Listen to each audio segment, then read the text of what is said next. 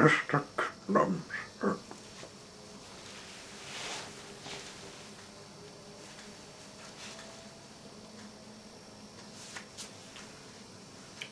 It is a robin this morning. In the sky, the sun is not shining. In the church, the birds are not singing. But in the robber's cluster house, in the middle of a field, somebody wasn't up. The knockers all that somebody made there. His alarm clock went off. Mr. Clumsford woke up, and he started an arm to switch off his alarm clock, and knocked it onto the floor. What? He said. It's the third alarm clock has broken this week. Mr. Clumsford, his native guest, was a rather clumsy speaker. He got out of bed and switched on the radio. The knock came off his head. What? He said. It's the second radio they've broken this month. He went downstairs. The postman had been. There was a letter waiting for Mr. Clumsford, laying on his doormat. He picked it up and went into his kitchen. First things first, he said, and took out his slice of bread out of his bread bin and popped it in top his toaster. Now, he thought, I wonder how this letter's from. He looked at the letter in his hand.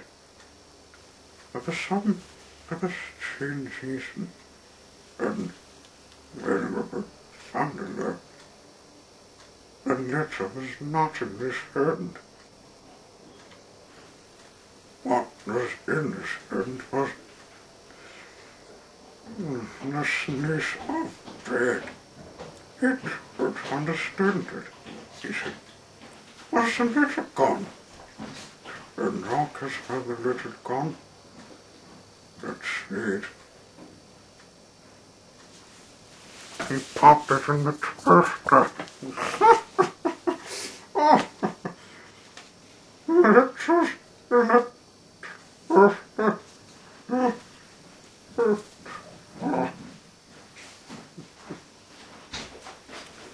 There it was, burning over this wasn't knocking over got to touch it, not to mention there's the words on it written from some butter he received in the first.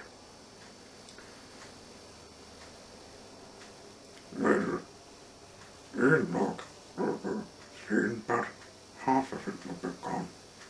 What, he said, fishing at her.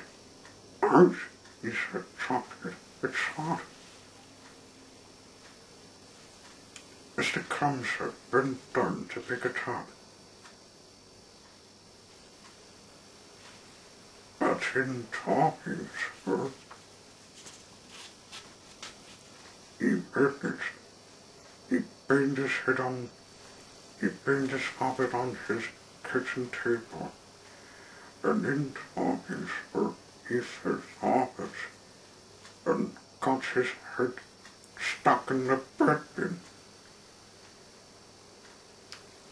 All of it wasn't very surprising, and as he said, he was a rather clumsy speaker.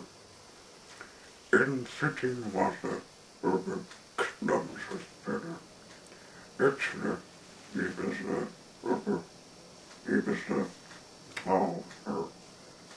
the clumsiest person I've ever. That was the same day morning, after he managed to get the bread bin off his head, Mr. Clumsford went to town shopping. First things first, he said, went into the bank to get some money. And somehow, when he was in the bank, Mr. Clumser, when he was writing a cloth, ready to spill ink on the bank manager. The bank manager, with a wet carpet with ink, was cross, cross red. Whoops, said Mr. Clumser. He went into the boxes. Morning, boxer, he said,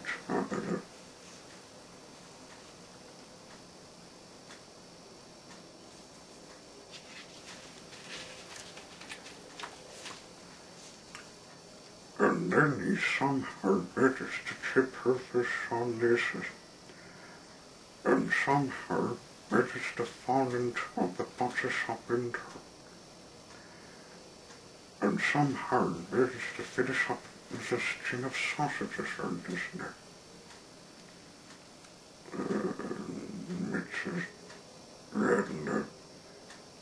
Mrs. Redner, not a burger, not sweet, isn't it? Redner, not a burger, not sweet. What? He said. Mr. Clumser's next call was the supermarket. Just inside the door, there was a large amalgamate paper of curtains of soap. Look and imagine what happened, can't you? Exclaims the Clumser. Supper beneath the supper. And he picked up a curtain. Not a curtain from the top of the paper. Oh, not Mr. Clumser. What? He said, and went on his way up his head. What a big mess. On his way home, he called in at the farm with some eggs, and somehow, when he was crossing the farmyard, he managed to chip back and grip her off the father, and they both managed to finish up in a duck pond. Splash! What, said Mr. Clumser? This tore, and it wasn't superior. And superior. Please, said the father, sister, to get in the duck pond. In fact, can they deliver our eggs tomorrow? It takes the order of the clean the floor, explained Mr. Clumser. Don't mention it, muttered the father. Mr. Clumser went through. First things first, he said, and went for the bath. But as he was stepping into his bath, he somehow heard it. To slip on the skirt, and he somehow managed to turn a somersault, and he somehow heard it to land with his head in the kneeling basket. Whoops, said a muffled voice. As he said, he was the clumsiest person about it. Later, he went downstairs for supper, smoke from the market, sausages from the boxes, and eggs from the farm, or rather, soap from the saucepan that had boiled for her, sausages from the fig pen is a coffee, and it's all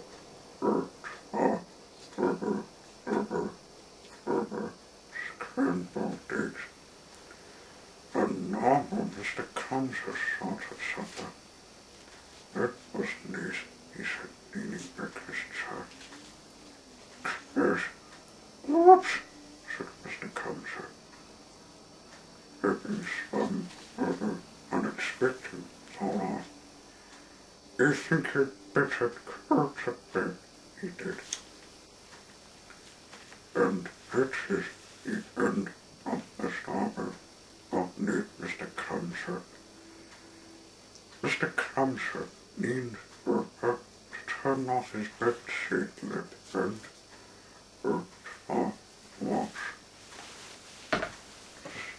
I'm not walking that sheet.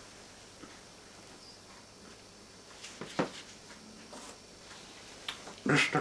Kid.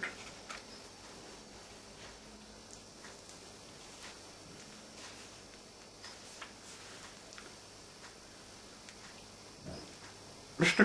Kid lived a kid live. He lived with a kid with a small little cottage in the middle of the town and wood.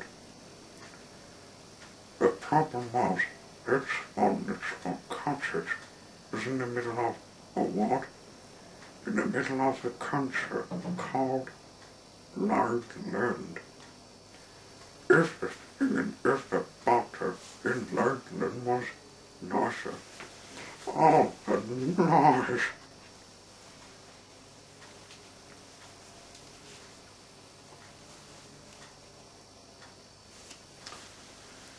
Dogs didn't hurt Wolf. The dogs were hurt. Even take a deep breath. Wolf!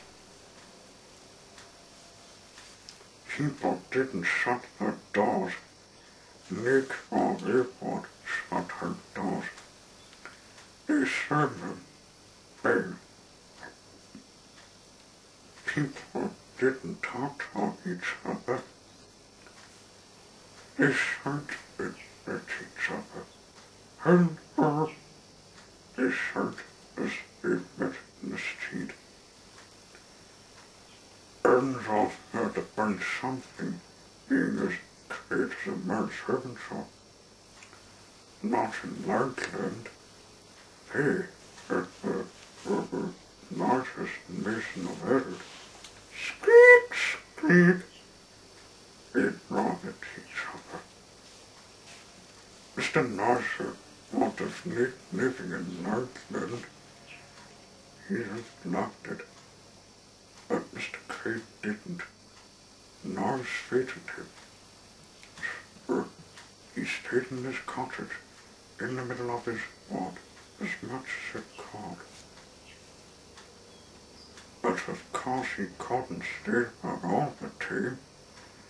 If, for instance, he had to go shopping, he used to keep into the grocery shop. Good morning, the butcher. What can you talk for?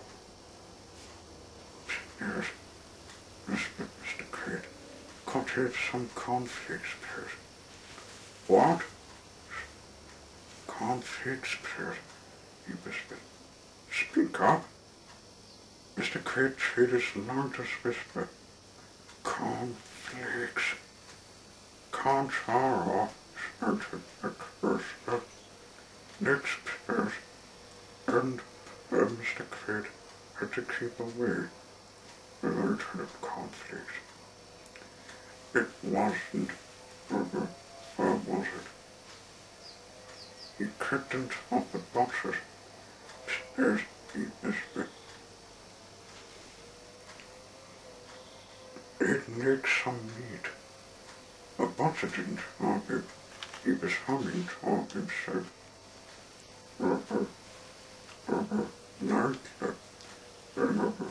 Faster.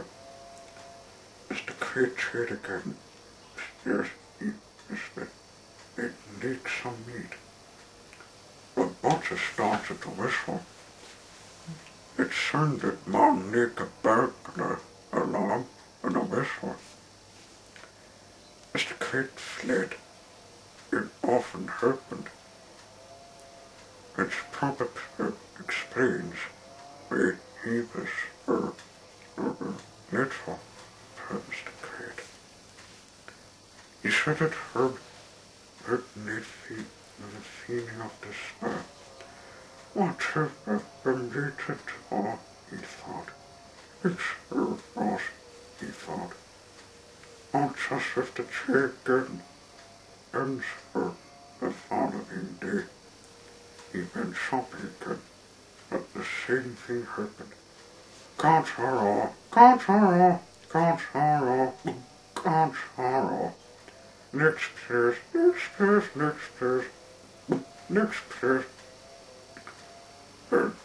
On the rod bone, a cursor, a king cursor, a big man, and the butcher. Mr. Kid went and into bed, eating hunger. He was upset about this. The morning after, he was awakened by a noise that sounded like bombs dropping. It was a London postman knocking at Mr. Kid's door. Mr. Kid bent and opened answered the door. Morning, answered the postman. Letter for all. Mr. Kid took the letter into his kitchen. He sat down to open it. He waited until the noise of the postman's footsteps died away.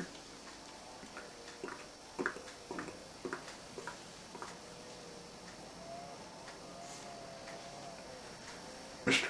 Kid opened the letter in great excitement. He'd never heard a letter before. It was from Mr. Harper in Harperland. An invitation to stay. Mr. Kid was overjoyed. He rushed upstairs and packed his bag and set off. Bed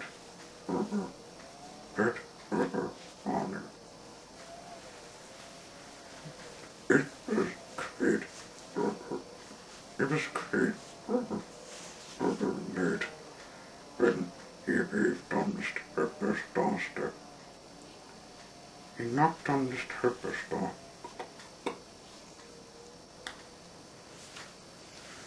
Mr. Harper opened the door.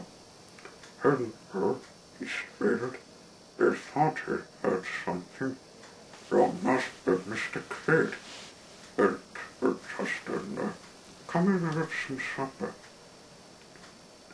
It was the first proper meal Mr. Kid had heard for months. When he was eating, he'd heard Mr. Harper all about the problems he had having in Northland. Mr. Harper was most sympathetic. After breakfast on the following morning, Mr. Harper told Mr. Kid that he'd been thinking about his problem. I think, he said, that under the circumstances, you'd better stay off in Harperland. Mr. Kid's face lit up.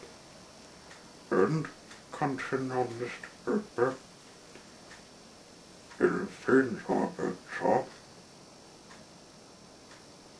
a house, and he went on a job. Mr. Kid's face dropped. He'd not got a job, he confessed, because he'd a kid. Ah, smiled Mr. Harper. If the best job Rebecca.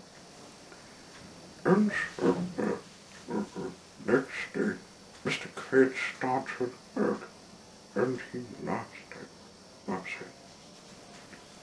Chopper works in the Herpenlending neighborhood. As Harper, if the butter of persons having neighborhood, Christopher, Christopher, Kid, Pieces Nicholas, are not overmarried, and earlier disputes allowed. What a clever it's of Mr. Herbert, wasn't it? And these days, Mr. Creature is Herbert is compared by earlier on the day, Chopper and he did honestly from work. He was Herbert that he lost her bird. Her now imagine. Next class. Herbert under said, oh, there's a Tom Buck.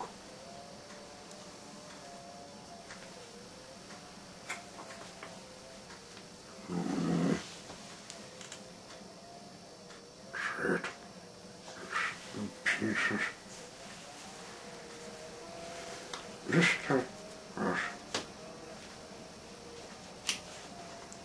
Mr. Rush was the fastest thing on Tom legs. He lost the best hither and thither and thither and hither and back again all the time.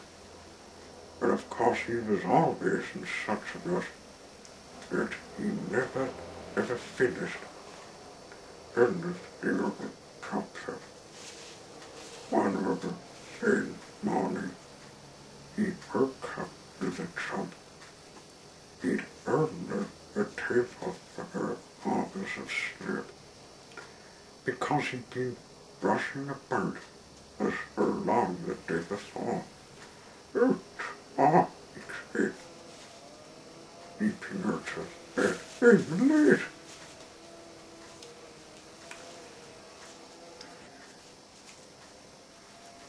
He rushed into his bathroom and washed well not well, and he was in such a hurry and cleaned one tub and rushed downstairs about at a tea. He had a bottle of egg and toast and a cup of tea for breakfast. He boiled the egg for 5 seconds and it tasted awful.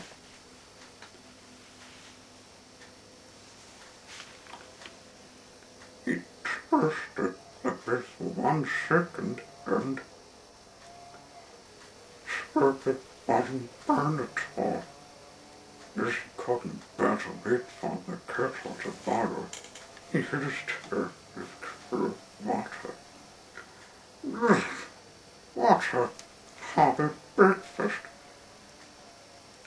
And of course he was in such a rush, he earned at half of it. Rush. What a rubbish filler.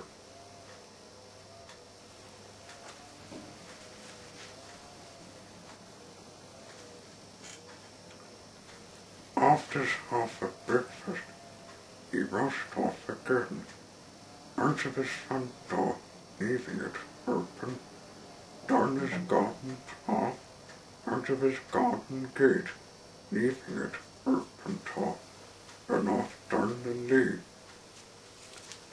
He passed Mr. Herbert. Oh, Mr. Herbert. Good morning, Mr. Rush. Where are you all off to? Can't stop the turn off, said Mr. Rush. Even too much of a harbour. He can say that, thought Mr. Rabbit off himself. She wants Mr. Mouse disappear into the distance. He wondered how he's croaking, he thought again. When Mr. Mouse was croaking, his bird was fast as also.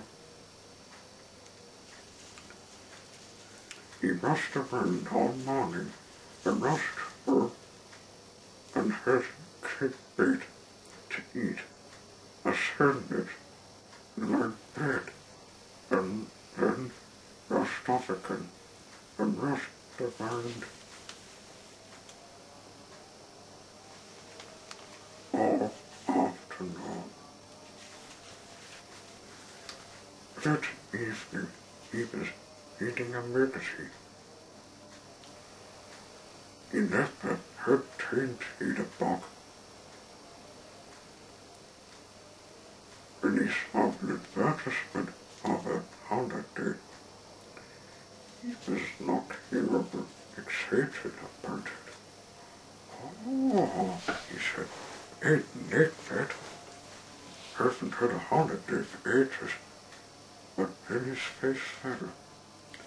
It can't go on holiday, he thought, because it hurt having the matter.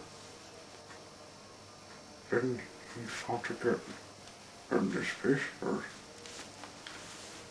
Hey, Herb, he thought, I'll get a job.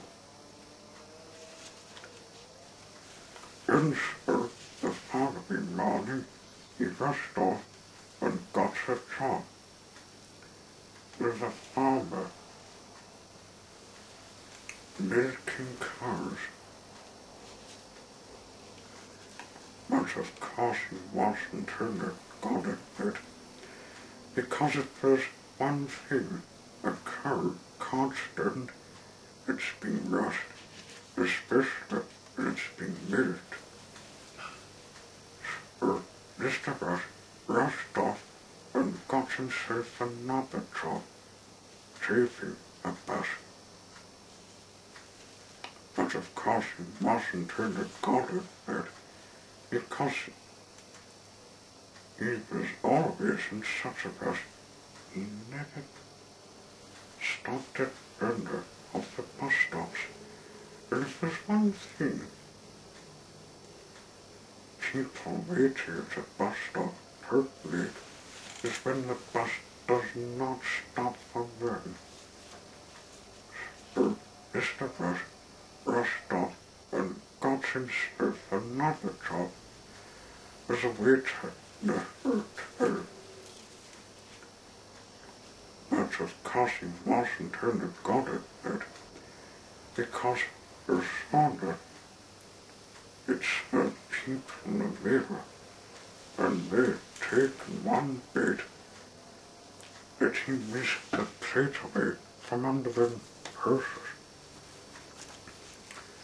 And if there's one thing that the hungry people can't stand, it's having food whisked away from them.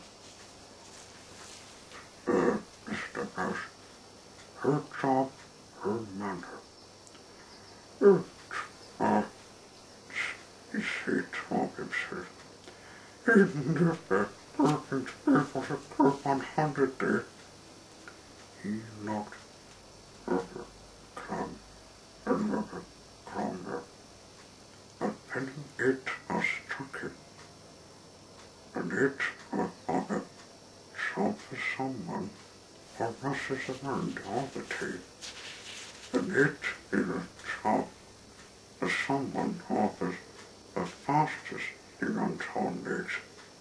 John heard what the job was, and some Nathan heard what the job was. Firstman, anything is express notice. Mr. Rasmus got it.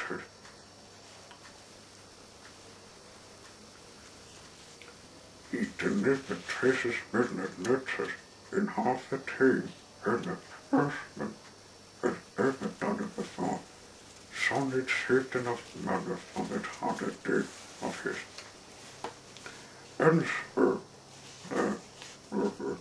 next week, there was Mr. Rush, sitting on upon a beach in the hot sunshine on the palm tree on holiday. Ah, this is the late weekend. The last of the swim is 15th birthday, his breakfast tea. What? No, Barbara. This boat is rostful. And just to get in the bit, it's another one. Rubbish. And what rubbish?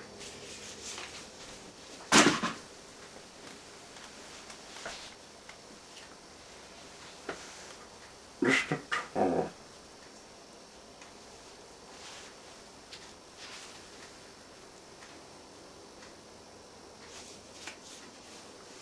Mr. Tall is tall creature, tallest person I've ever met. In fact, creature, tallest person I've never met, because I've never met anybody with legs as long as Mr. Tall's purple.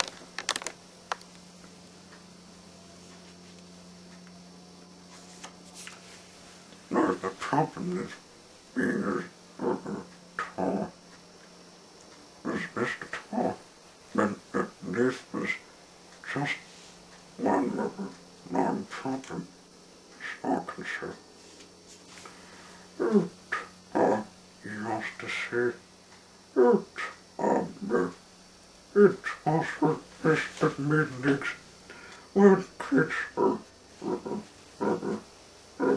long. He decided curve of a walk to think Earth was proper. He was just stepping up a chair. He heard with a small, voice. Hello! It was Mr. Small, standing underneath a desert. But Mr. Tall was so tall, he couldn't see. So Mr. Tall, Small, shouted at the top of his voice, Hello! And Mr. Small shouted a bird as loud as it burst nerves. The top hit some tape on Mr. Small to Mr. Tall to spot it. Oh, he said calmly, it's raw. Yacht, hurt me, said Mr. Small. What's that? It's it, Mr. Tall, because of these really long legs of me. Oh, said Mr. Small. Mr. Small decided to tell him that let's go for a walk together, he suggested. So they did, which of course didn't work.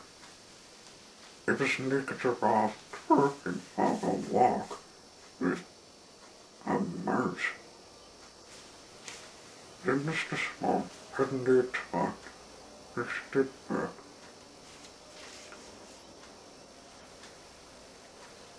And because of the length of Mr. Tall's legs, they, Trickster, walked all the way to the Spruce Street.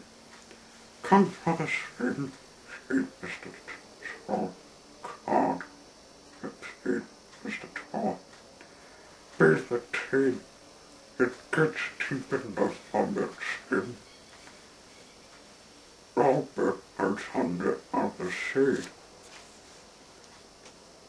Mr. Small went for the swim, while Mr. Tall sat down at face. It's as narrow as long as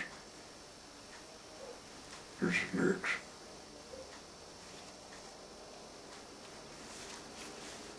Mr. Tickle came along.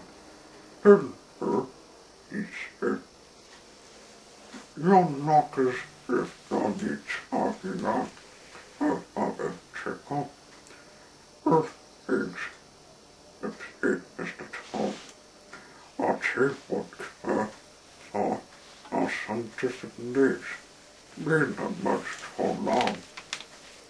So are my arms, said Mr. Tickle, softly. That's all the better for tickling. And off he went, chuckling, looking for somebody to tickle, looking for anybody to tickle. Mr. Mercer came along. Father, he said, you're not down in the mud. What's the problem? It's my legs, said Mr. Tom. That's how long, sir. My nerves, said Mr. Mercer, laughing. That's all the better for poking and spot on the people's businesses. Nothing went, looking for something to be nursed about.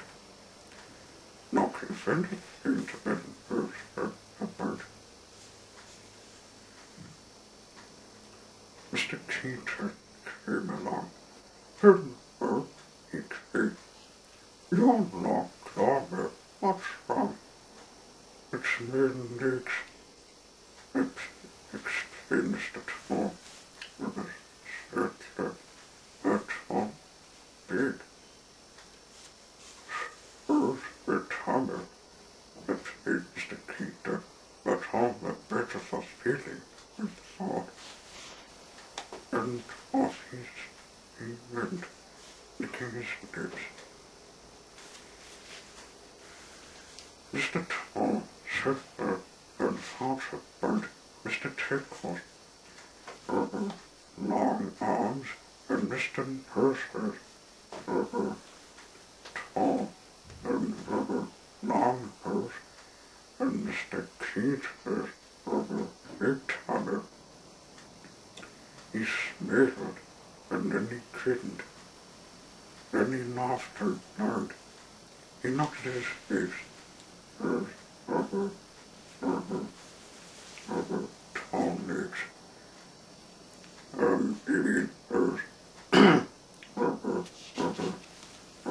Long legs of his. All the better for walking, he chuckled, and walked home for minutes after neighbors. Mr. Small came out of the shed after with a smart scene. And how did things get hurt? He asked himself. He went off walking all the way through 14 meters. It was last time he got hurt yesterday.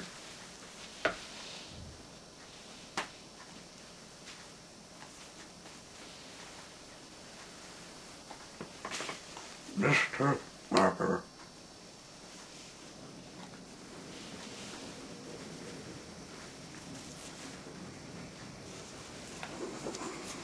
Mr. Mapper, whatever happened, he wondered about it. If it rained, he wondered that his rope was crooked to need.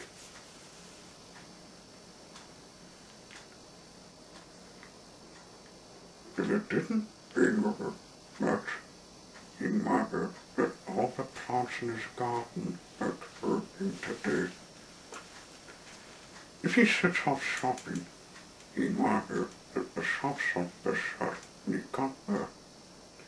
And when the shops were shut when he got there, he wondered that he was spending too much money shopping. And when he got hurt in his shopping, he wondered that he'd left something behind of it something had fallen out of his basket on the way home.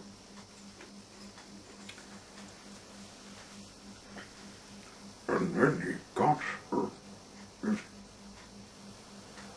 and discovered that he hadn't left anything behind and that nothing had fallen out of his basket on the way home, he added that he bought so much.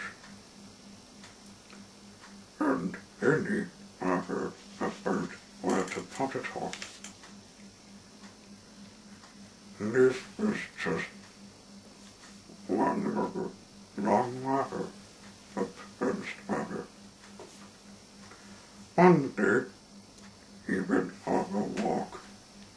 He was happy that he had walked so far and not be able to get hurt. But on the other hand, if he was happy that if he didn't walk very far enough, he worried that he wouldn't get enough exercise. So he had a long walking. All I can say, he worried a long walking. He met Mr. Bump. Hey, you never wanted a bird saw, he said. Where's it? Asked Mr. Bump. Well, didn't worry that one of these days you'll meet her sausage, he said. Hurts all over, raw with a bird bed. But Mr. Bump over softly and went off, shipping for his hurt feet. Mr. Harper went home. He met Mr. Nasser. Hey, you never had a bank saw, he said.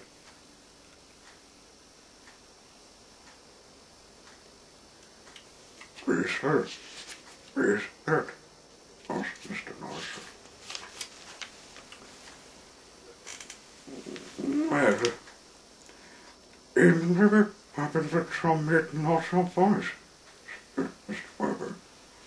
You're however wrong about that, said Mr. Nasser. Snarled off and went off.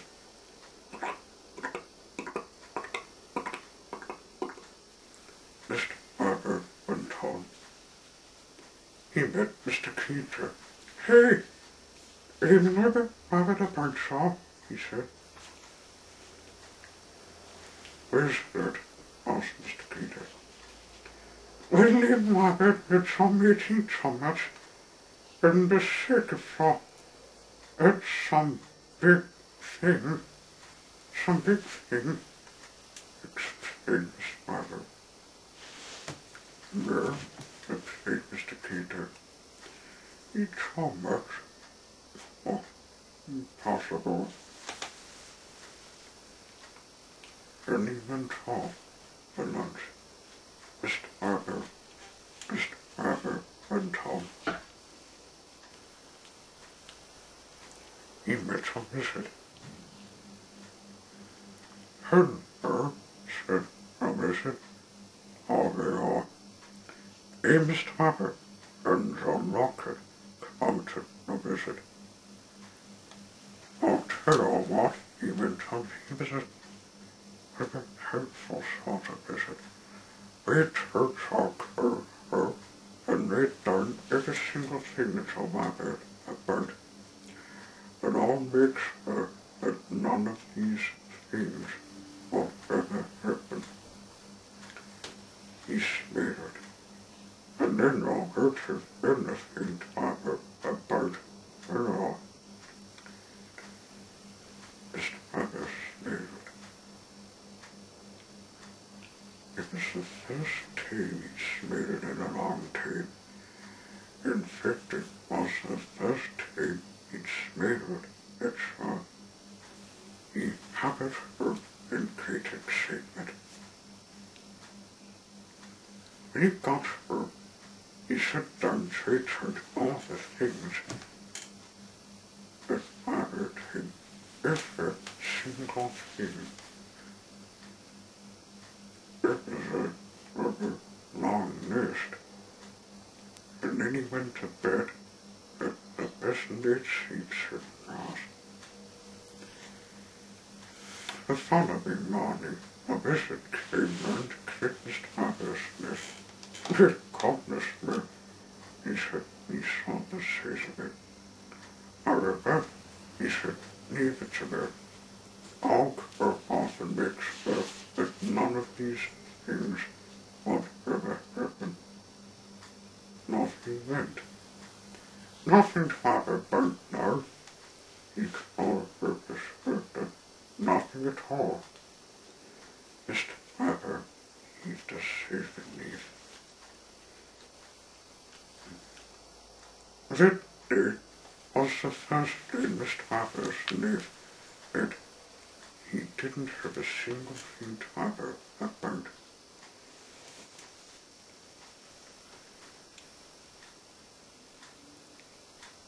And the next day, and the day after, and the day after that.